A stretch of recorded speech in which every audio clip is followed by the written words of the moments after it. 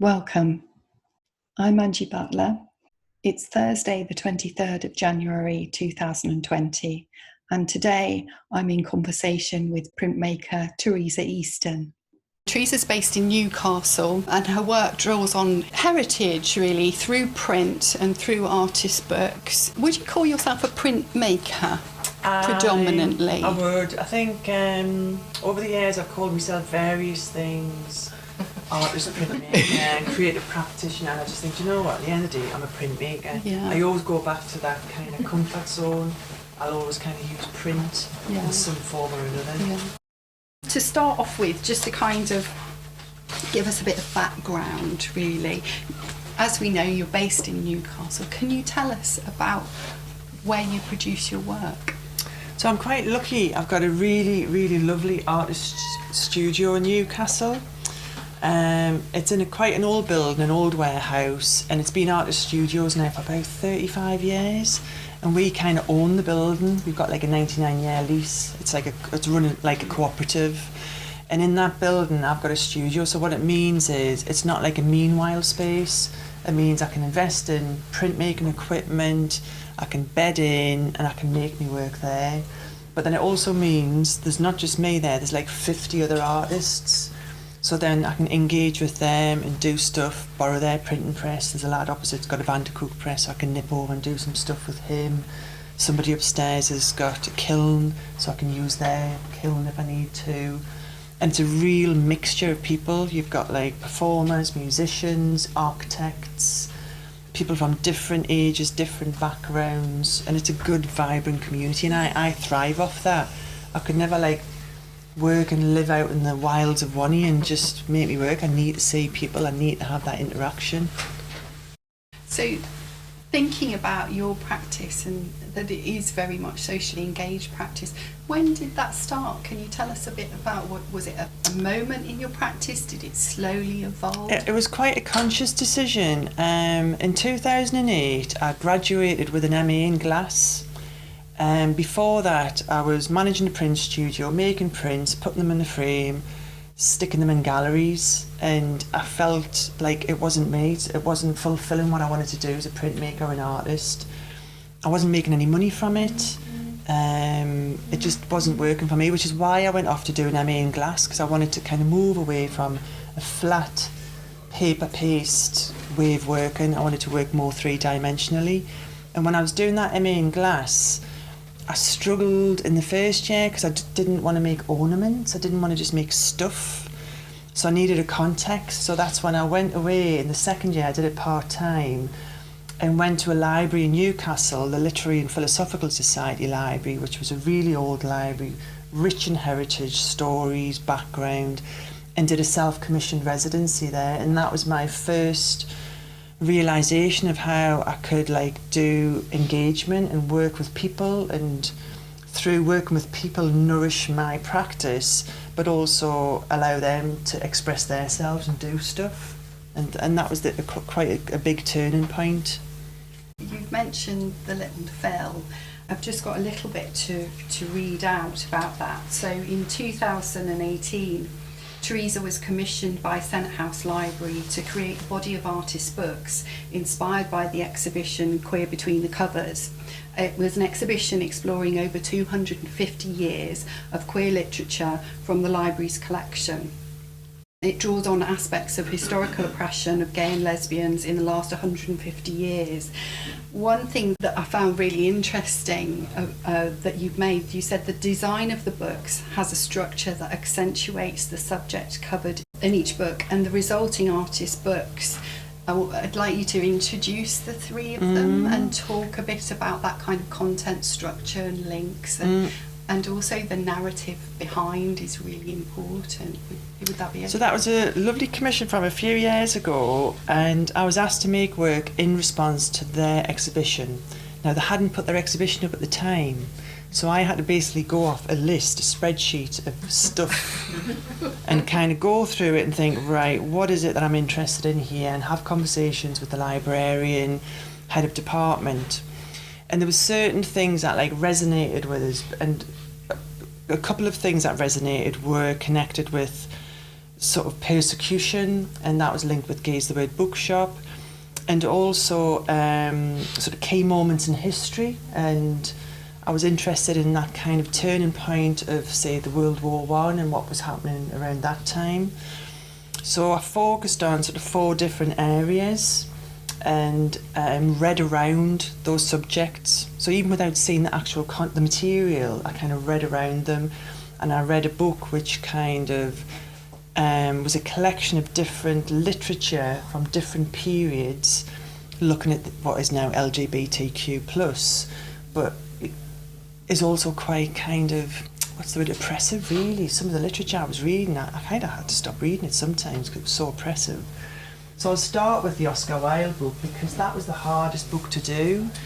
You know, this was a man that I was familiar with in terms of literature, films, plays, but I didn't really know much about the person, to be honest, until I started reading around it. And his life also connects with Maud Allen at some point. There's the sort of connections there. And I guess the period of history that he was operating in. Now, the structure of this book, it's made up of sort of single sections, and I made a lot of single sections. And the single sections reflect things I was reading around the time that he was writing. And because he was really persecuted, Oscar Wilde, I don't know if people know the story, but he had like a long-term relationship, and the person that he had the relationship basically just betrayed him. You know, this person was a member of the aristocracy. Oscar Wilde was a working class Irish bloke basically, and people of the class that he was having an affair with, you know, a sort of loving relationship, persecuted Oscar Wilde based on his class as well as his sexuality. So I started to look around the different sort of narratives that were around in the Catholic Church, the kind of things that were happening. So the design of this book, because the whole exhibition was going to be in a big glass cabinet that you look down on. Now, you all know if you make artist books or you've been to exhibitions or book fairs, the nicest thing is picking them up, discovering, exploring them. So I really had to think about how am I going to exhibit these books so that they look visually engaging. So I decided with this book it would have its kind of hidden context, which is, you know, the blood splattered shapes, you know, are about blood. You know, people died, they were killed, they were murdered by the state, and it was legal. And that's what that kind of reflects. But it also looks at it's society making this choice, you know, because if you go back to sort of the Greek period, what people weren't persecuted. So it's a cultural choice that we make to persecute people because of their sexuality. And in the book, this is the sort of contents, the pages, these single sections touch on that. And so I wanted to exhibit this book so you'd basically be looking at the spine of the book. So the spine of the book is made up of like a concertina, and the single sections are stitched into it. So I had to think very carefully about the sections that I put in, and lots were removed. The ones that were removed were the pages that I made, which I think just were really quite depressing. I didn't really want to make books about a subject and make them depressing and disempowering. I was really trying to find a positive story to link with Oscar Wilde, and I had to leave it eventually because I couldn't find one. I couldn't find one where I thought this is really uplifting. It's maybe we can look back in eyes of today and find positive stories, but I was looking for one then, some positive things that happened. So this book was exhibited as you see it now. The covers are flat, the spine makes this kind of star-like shape, so you can read some of the text on the back. So that's Oscar. I'll talk about Maud Allen. Has anyone come across Maud Allen before? I'd never heard of her before. She was basically of American heritage, and she was, you know, maybe fairly middle class, not rich, but very kind of cosmopolitan, I guess, because she travelled around Europe, lived in Britain, based herself in Britain for a while. So what Maud Allen did, she was a performer, and she used to do this amazing performance of Salome, and that, of course, that connects with Oscar Wilde, but she did a single woman performance, and it was very provocative. And so she would sort of organise aristocratic audience, you know, well-off people, and do this performance in front of them. It was quite unusual what she was doing. The design of this book is designed in a way where you kind of discover her story, and it's made up of visual and text, you know, so it looks at how Maud, you have to kind of work out how you open the book. She travelled the world. She had no kind of qualms about exposing her body. She had these amazing outfits that she'd helped design. Sometimes she designed them herself. And then all of a sudden, you had the sort of build-up to World War One, the First World War. And there was a really nasty kind of right-wing group headed by Noel Pemberton Billen, who basically said homosexuals, gay and lesbian people in Britain would be a risk to security in the First World War, because they could be blackmailed by the Germans. So if these people were working in the civil service or the army, they could be blackmailed into giving secrets away. And he said that the Germans had this book with something like 60,000 names. I mean, where they got these stories from is no one's guess, but 60,000 names of gay and lesbian people in Britain. And they had a newspaper called The Vigilante, and The Vigilante had this article called The Cult of the Clitoris. And the Times reproduced the exact same article, and this is how the story spread. Now, as I understand it, the research I've done, people at the Times didn't know what a clitoris was. Otherwise, they probably wouldn't have sort of reproduced the article with that title. So it kind of goes on to sort of tell that story. And Maud Allen was basically persecuted, you know, by these people. And she went to court to try and kind of defend her name. And she lost, basically. And you know, for a person at that time, particularly for lesbians, because there was no real law against being a lesbian. I can't remember. It wasn't like a particular homosexual law like it was for, because obviously women didn't have sexuality. You know, we didn't have clitorises, we didn't know what they were. So the story goes on to kind of look at history and look at that narrative and how it raises its head. If you think of McCarthyism, exactly the same kind of narrative, you know, looking at people, persecuting them. And very similar to what Donald Trump's doing today with his transgender, persecuting people in the army. So it brings you up to date, you know, with contemporary narratives. And then it goes back to how we overcome persecution and oppression as groups. You have to get organised, basically. I'm going to pass this one around. I'll not pass that one around because it's a bit of an accordion job. But I'll pass them around so you can have a feel. I've got another one here. And you can sort of read the article in detail. Now, the other book is a bit more jolly because I needed some... because it was really, really quite heavy, this commission. And this one's Juna Barnes. Anyone read any Juna Barnes? I read some. She's not my cup of tea, but I read some. I read Virginia Woolf's Streams of Consciousness. Juna Barnes isn't quite getting there, but it's similar kind of vein. American woman living in Paris, lesbian, used to have these amazing soirees where she'd invite all her lesbian friends along and they'd recite poetry. Juna Barnes used to make these amazing chapbooks called The Lady's Almanac, and it was beautiful printed. These are in the collection at Senate House Library, these kind of different versions, hand-coloured. And The Lady's Almanac was, say, you know, about hand-size big, letterpress printed, lino cuts or wood cuts, and if you read it, it could appear as like gobbledygook. What's this kind of story? It's almost a bit like, I don't know, the Canterbury Tales. You know, what sort of stories in here? Her chapbooks, she used to get them imported into Britain, and she was around about the same time, sort of 1900s. And it used to get past customs and excise because they'd look at them and go, oh, it's art, we don't really know what that's about. But if you actually look at it and read it, it's absolutely filthy dirty. They're basically like titillating stories for lesbian women.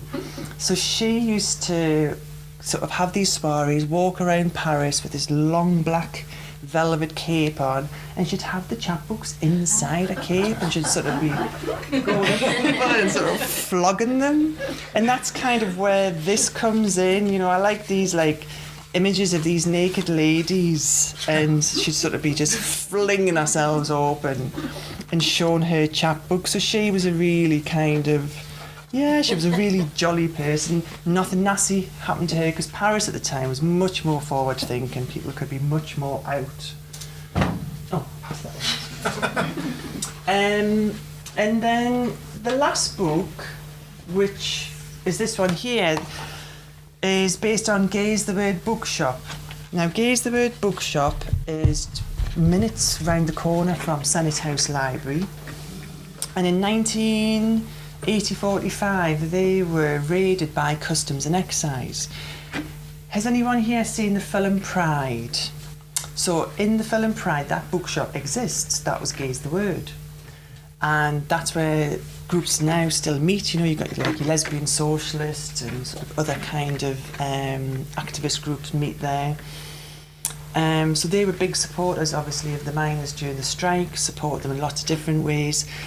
After the strike, and also during that kind of really hostile environment towards gay people because of the AIDS virus was just raising its head, so there was lots of negativity in the media and persecution.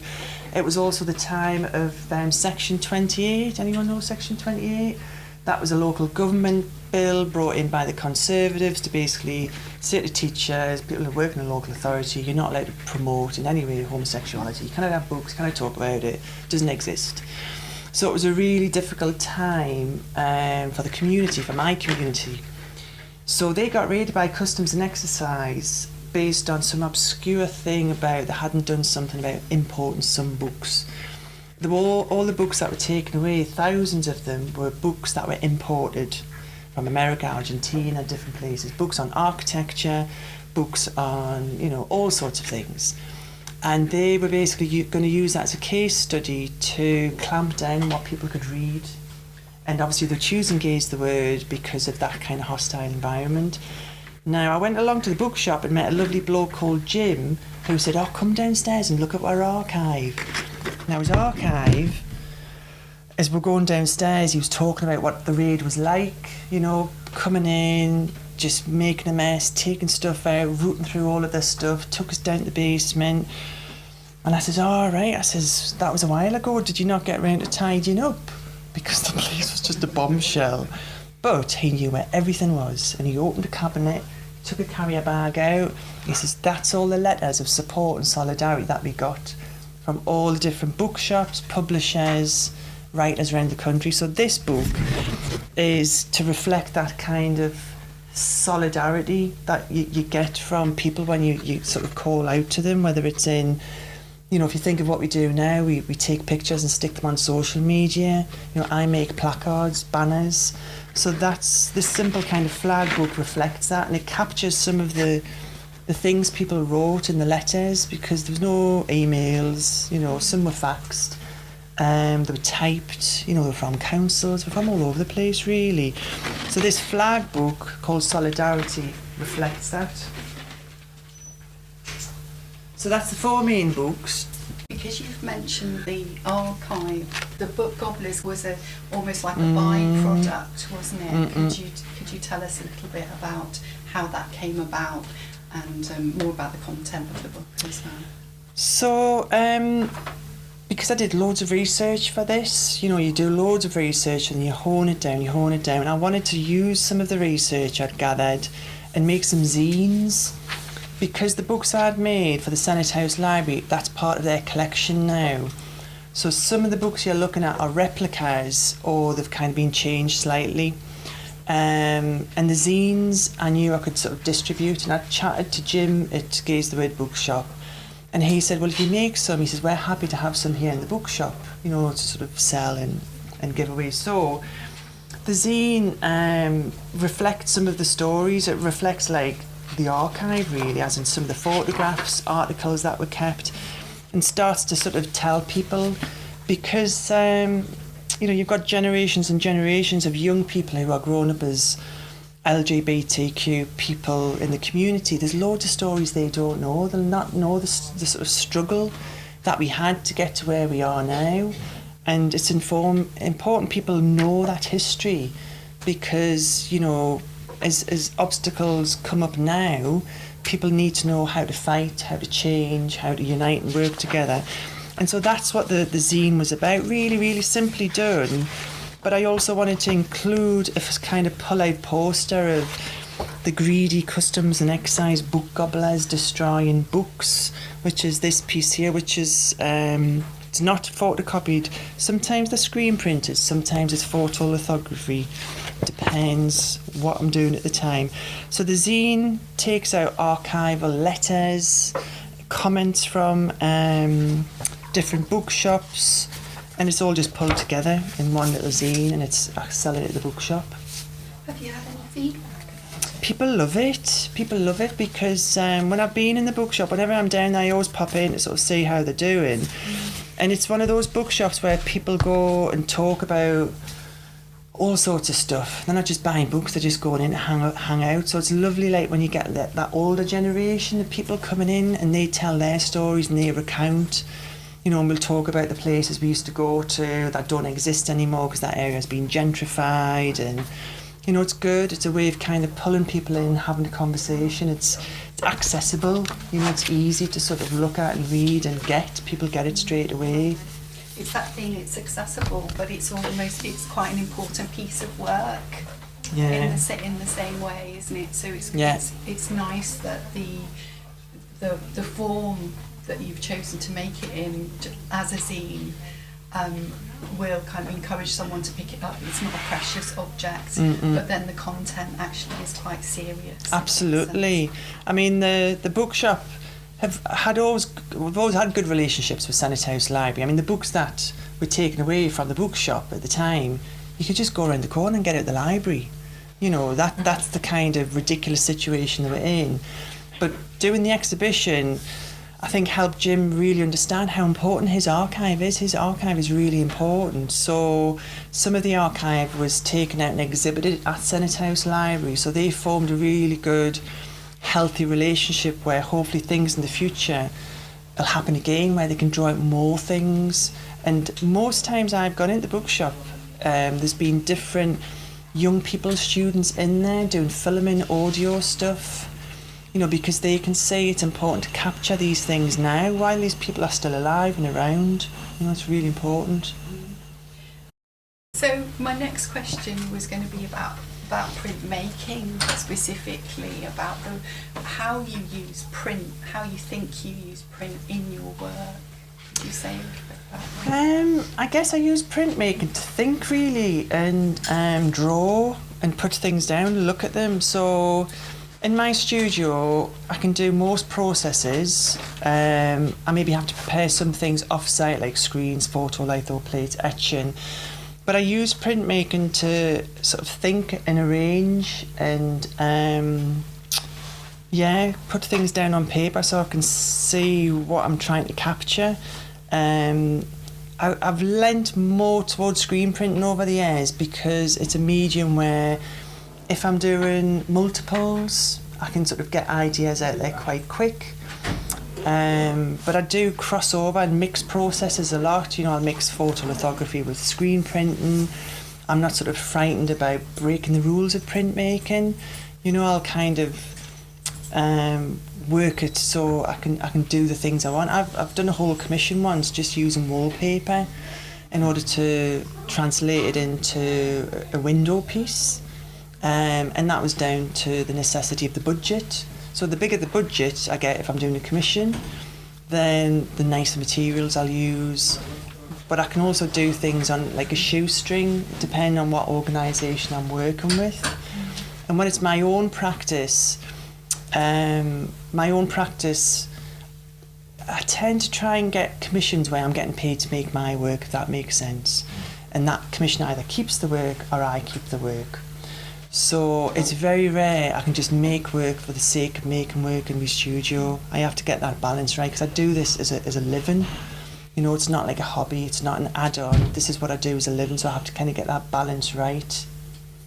Is there any book or zine that you want to pick out to kind of make a Illustrate point about that. that? Yeah, I guess lithography, letterpress has played quite a key role over the years.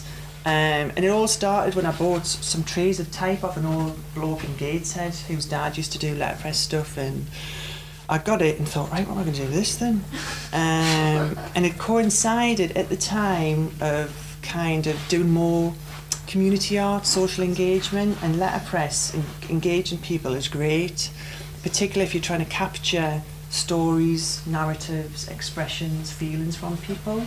So I did a whole series of zines based on the kind of current political climate at the time. So this was like when in 2012 Newcastle City Council announced a 100% cut to arts and culture budget.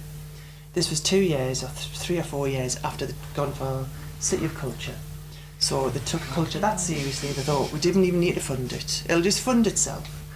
So through different events, I was asking people to write things down on a wall, leaving messages for different sort of political people at the time, even my local councillors. Can I just ask you where the wall was? In my studio. Okay. In my studio, and in a gallery where I also did another event at the Globe Gallery.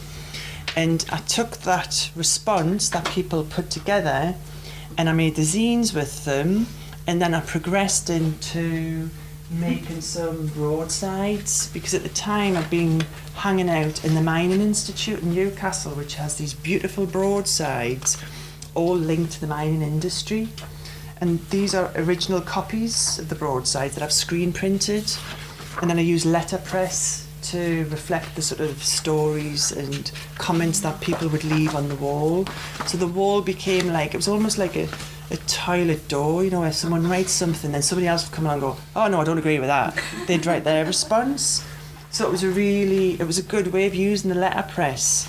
And then I used the letterpress more at events like these. These are some examples where, if we have open studios, where I am, we have 3 events in the year, I'll always have a little activity that people can take part in, because it's just nice for people to take things away, and I'm often doing fundraising for different things, so I'd set some type up and allow people to just use the Adana press and print something.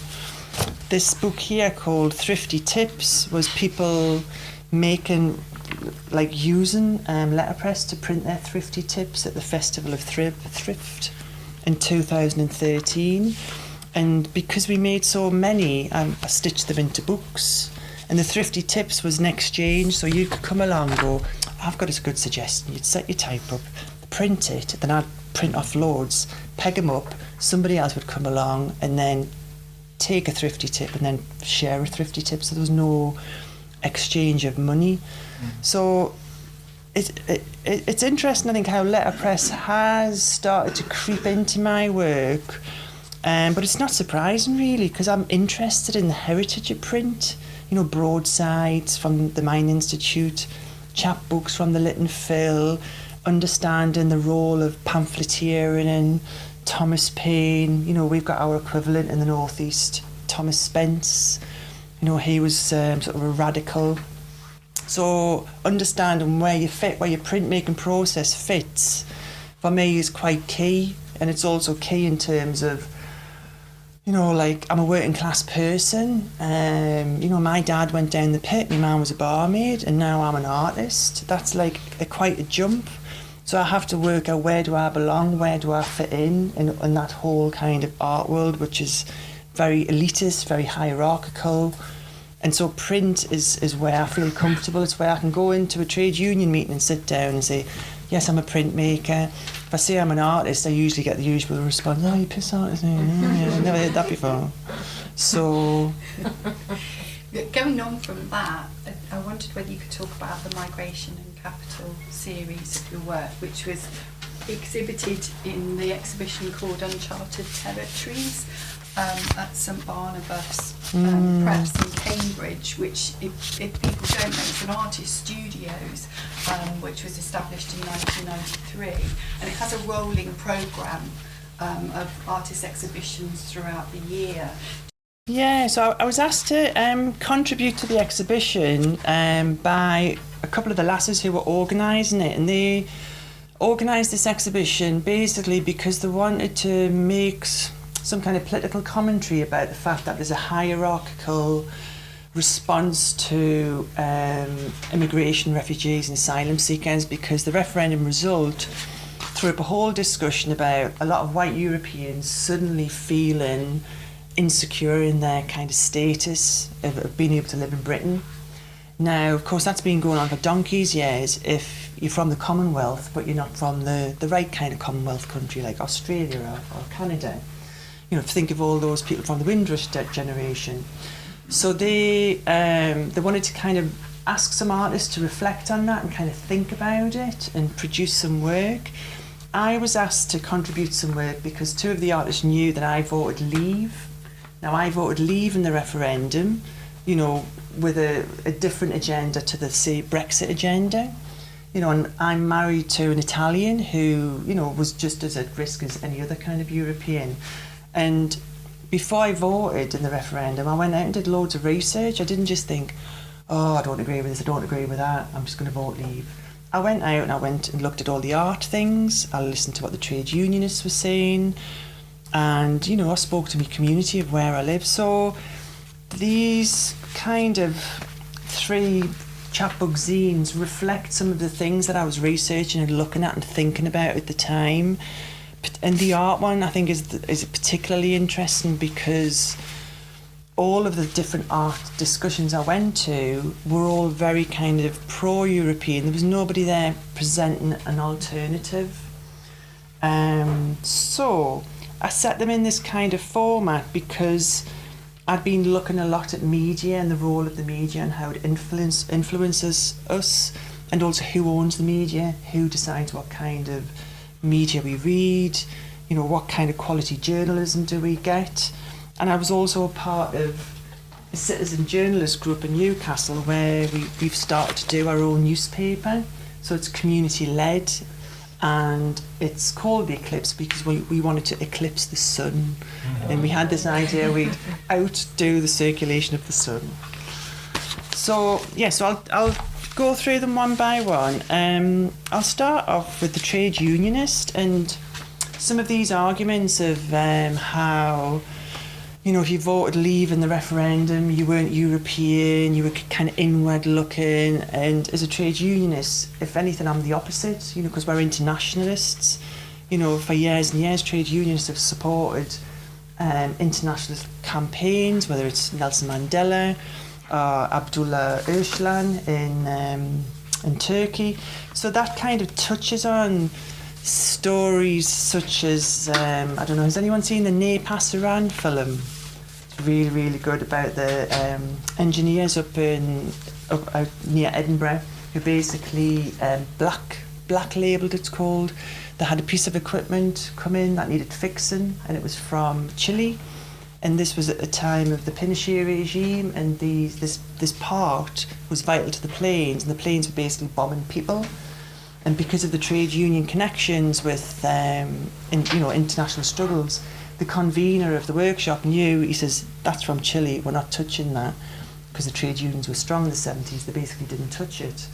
So it kind of gets you to think about that, but also looks inwardly as well in how Cornish tin miners were used to try and break strikes up in Northumberland years ago, because the miners were out on strike then. This is like going back 1800. So this idea of using cheap labour, you know, from other countries, whether it's Eastern European or it's Cornwall, has been used by employers for a long, long time. So it's kind of snapshots to the things that I was looking at to try and undermine these really right-wing views.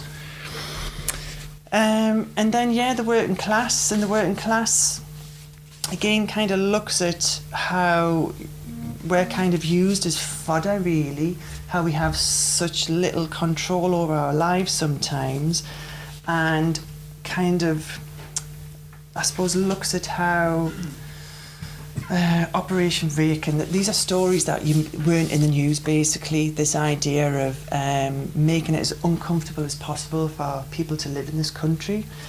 And that's not led by working class people, that's led by right-wing establishments. So it kind of looks at how Europe has developed this wall of water in the same way that Donald Trump is developing this wall. You know, Europe's kind of no different. And yet, if anything, it's the working class people of Lampedusa, Sicily, you know, various places who are taking people in and looking after people. So that, and then there's, you know, I try and always look at positive stories and see how people are reclaiming this kind of narrative and turning it on its head and claiming free, open cities.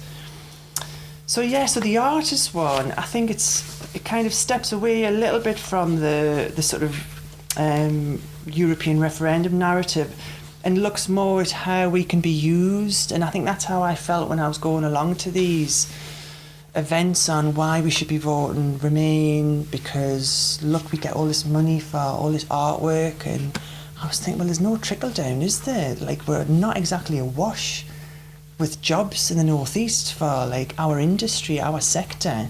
So I wasn't convinced by it. I started to really think about how we can be used as artists to kind of art wash things, to gentrify things. And yeah, I just sort of pulled out different stories. So I guess these kind of screen printed zines act as kind of sources of information. So when I've been doing my research, I read lots of different things online. There's certain kind of places I go to get me information from to try and get a different perspective, talk to people, go to groups, listen, try and assimilate that information. They're all things that sometimes you just don't get time to do that, you know. But we need to understand why we got the result we got in order to build those bridges to, you know, kind of counter the hostility and the division, because otherwise we're not going to move forward. I want to talk about a book made last year, the 8-page screen printed chapbook, The Daily Obscura.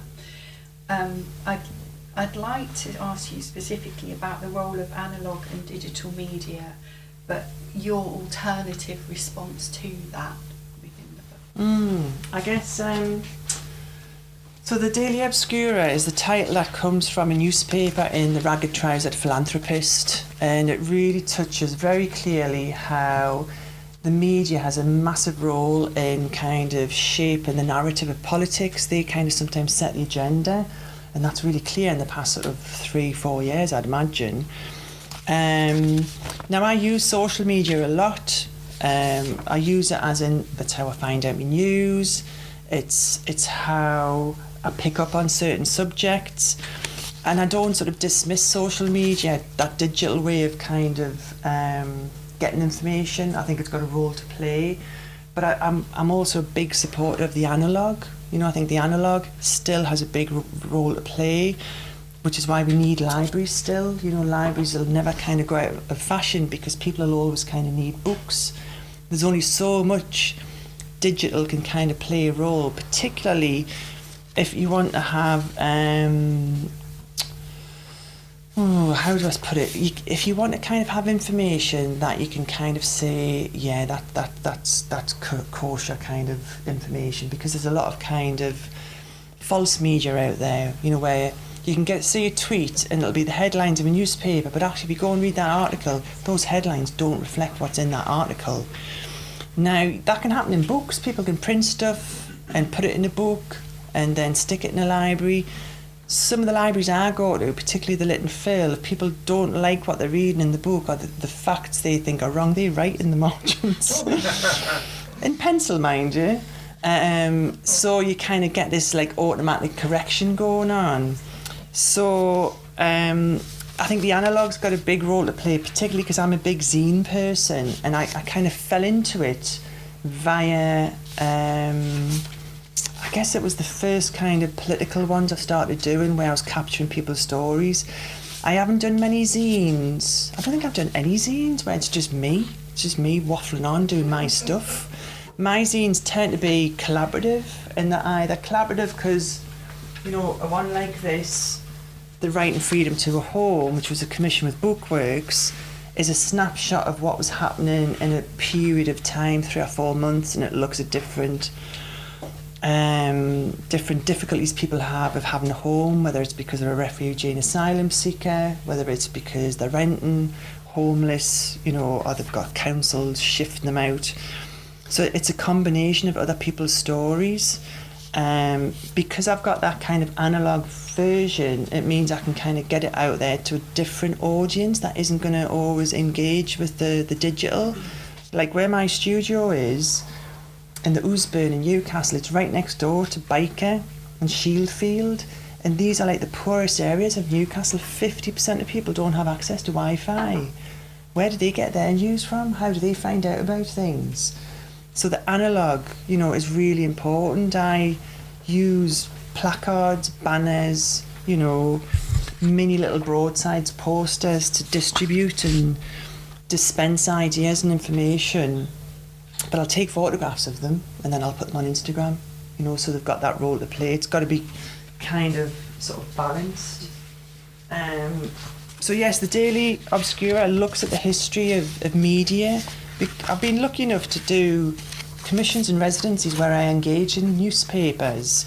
I mean, it's ironic that I think when I was 17, 19, something like that, in London I used to work at a factory printing newspapers, you know, doing all the Skivian jobs, and I had no idea years later I'd still be connecting with them in some way. But I've done residencies like at Robert Smale's Printing Works up in Scotland, where they had the archive of their newspapers, the St Ronan Standard, right up to 1916, from the 1840s. And then I did a residency at the Portico Library, which had a newspaper room. So people, you know, years ago would have gone in to read the newspapers. So I've obviously keep going back to broadsides, how people get their information, how it's distributed, who controls it. And zines are a really good way, you know, of being able to control that really in a way. We've only got a couple of minutes left because I'd like to leave a bit of time so people could ask questions or make comments. You can carry on the discussion. I'd just like you to talk a little bit about Artists Union England, if you wouldn't mind. Oh yeah, so we've made a zine actually. So it's a trade union for artists. It's only been going 5 years. So we formed in 2014, and I'm one of the original founders. And the original founders are distributed all over the country, North East London. And we set up a trade union because we wanted to have a level playing field basically for artists.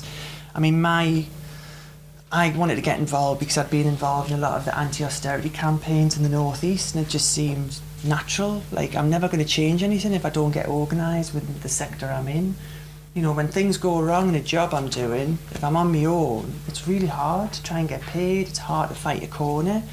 But as soon as you say, well, I'll just go back and speak to my trade union about that, it's amazing how things get changed and happen. And even if they don't, you go back and you get support. You know, you're not on your own. So this zine captures some of the stories of why people join the trade union. Sometimes they're like very wordy, sometimes they're just visual. There's contributions there from people from other trade unions, explain like why they think it's good to be in a trade union, what they get out of it. Our trade union is just in England, and that's because there's one in Scotland. Scotland were much more organised. They've been going for like 10, 14 years, something like that. So we organise and work with freelancers, self-employed people, you know, not dissimilar from the way like the IWGB, the International Workers of Great Britain, they organise and work with Deliveroo, couriers, drivers, that kind of thing, and Uber drivers. So it's hard sometimes if you're self-employed, like, well, how does it work? 'Cause I'm not in a particular workplace. But as soon as you form a trade union, which is democratic, it's not an arts organisation, we don't get money from Arts Council, we run off subs. As soon as people join, they're given their mandate and say, yeah, that's good, I want you to sort of fight on my behalf. And that can be at government level, where we're sitting in meetings in Portcullis House in London, to going along to our local authority, being part of another committee with other trade unions and arguing for change there. So it's just normal, I think, to join a trade union, whatever job you're doing. You might leave here, go off and work for Wetherspoons, make sure you're in the bakers union. You know, you might go off and do a bit of lecturing work, join UCU, and you might need to join Unison. There's a union there for everyone, really. Can you tell us what you're going on to do after you leave us today? Yeah, so after today, because I've been involved in the trade union, like I am an activist, I'm a rep in the North East, I organise in the region, I've done training, so I do training with the TUC, so I learn things, and I also deliver training. So after here, I'm going to Taunton and I'm working with South West Unison, and they've got 2 days called Get Active, and it's about getting the reps together, getting those who want to get more involved in their union in the South West. And they've got different workshops they're doing, and my workshop's going to be DIY creative campaigning, and I'm going to do a couple of taster sessions with people about zines, how they can get their members involved, and kind of, you know, Unison's a big union, so you've got this corporate branding going on at the top that turns people off at the bottom maybe, so it's how they can kind of subvert what they're getting at the top and capture those stories and develop it into a campaign. You know, it could be something like mental health, it could be something like just getting more people doing stuff in union lane, improve literacy, numeracy, soft campaigning. So that's what I'm going to be doing. Is there any questions that people want to ask Theresa, or any comments you want to make about the books or zines or about your work or practice or anything? Overwhelmed everyone. I have a question. I don't know how articulate this is going to come out. Don't worry. When you work with other people, so you say that you mainly use other people's stories to feed into your work, how, if it's not through like a specific sort of residency or commission, how do you meet those people and how do you kind of approach that? Because I would love to work with other people, but I've done it in the past, but I find it quite intimidating now. So, well, it depends really. I mean, I've done like call outs before. You know, like I did a mail art project and signed up to the International Union of Mail Artists, and it's a network that's already set up. It is about networks, isn't it? It's looking at your networks and thinking, this is something I really want to do. So with the Artists Union England one, just saying, look, I'd like to get voices of different people in this zine. You know, so you use your social media, put that all out there. That's sometimes like as if you're shouting into a bucket, really. And then you have to use your contact. So when I go, I am an opportunist, I'll admit to that. So when I'm going to an event, I think, oh, I'm going to that event.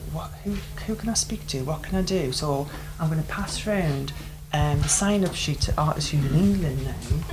And if you want to find out more about uni, put the details down. But I'll kind of think, who do I go there? Like, I wanted to do something at Durham Miners Association, which is an amazing building in Durham, and it's called the Pitmen's Parliament. So all the different like lodges, branches in Durham put money in and built this beautiful building. It's absolutely gorgeous. But like the young people don't really go up there and do stuff because it's beautiful just to go and draw and do anything. So I managed to get a group of young people up the hill to do stuff, and they loved it. And then from that we set up a zine group. So I mean they're running it now at Durham Sixth Form College. They meet once a week and do their stuff. And now I was talking to them, and they were saying, like one of the lads was saying, oh, I'm having a terrible time at work. You know, he's getting loads of homophobia. And I'm going, you what? They're saying, what are you? That's not right. Management staff, I says, that's not on that. Chatting to him, I says, you need to meet some members of other trade unions so you can get a sense of how it works when you're the only union person in a particular workplace, like McDonald's. Sometimes there's one kid in the union. So I brought the Bakers Union together with the young people, and they did a skills exchange. So the young people showed the Bakers Union people how to make zines, and the reps from the Bakers Union talked about how they got in the union. You know, one lad was saying, he says, I was in trouble, I nearly lost my job. You know, and it was the union that got him back on track and made him see the light. So sometimes it's just chatting to people and like thinking, I guess I'm always trying to think, how can people benefit from it? Because it's not always about me benefiting. It's like, how can we all benefit? You know, what can we all get out of this? Does that answer your question? Yeah, it does, yeah. Yeah, so it's not like art people. I don't always go to artists. That helps. That's what I need to steer from. Yeah, well, yeah, Sometimes. because I do all sorts. Like, I guess because of my union activism, I do come into contact with loads of different people, and it makes you talk. And you know, they're always dead curious about artists. We're only 5 years old, our union, and I come into contact with people where their union's like 200 years old. And Do you feel that you've grown in confidence over the past 5 years in dealing with issues that have come up with the union? I do casework now. So casework is when people come with a particular issue at work, and so yeah, I deal with that. I have no like issue of going into meetings with management who I work for sometimes, you know, who give me work. But I go in there with my union head on and say, right, this is the issue, can we talk about it? And then a few weeks later, I'll be emailing the same person about a job that they've commissioned us to do. You have to have that kind of division, but also it's about building up that relationship and rapport, because unions aren't there to like break people's balls. They're there to mediate, compromise. I want this artist to finish this job, get paid, have a nice experience. I want the employer to think, yes, I'll work with an artist again, rather than, oh my God, we'll never work with artists again. You know, I want that, but I also want them to say, you need to change the way you deal with people. You know, you need to respect their mental health. You need to think about the workload you're putting on people. So it's that kind of division, really, that you have to kind of, you're balancing all the time. And I'm an artist as well. So I think that helps, really, because you've got to think creatively. Brilliant. Well, I think we'll stop there. Okay. Thanks for being I think we've packed so much. Thank you. So thank you so much, Theresa, for your time. And and I'm unfortunately I've forgotten to bring with me, but you are on Instagram and I Twitter. am, yeah, just and Theresa you have a Easton. website with all of your work on, with a lot more commentary about it, and the link with Artists Union England as well. So people can find you after today. Yeah. But thanks so much. It's all right.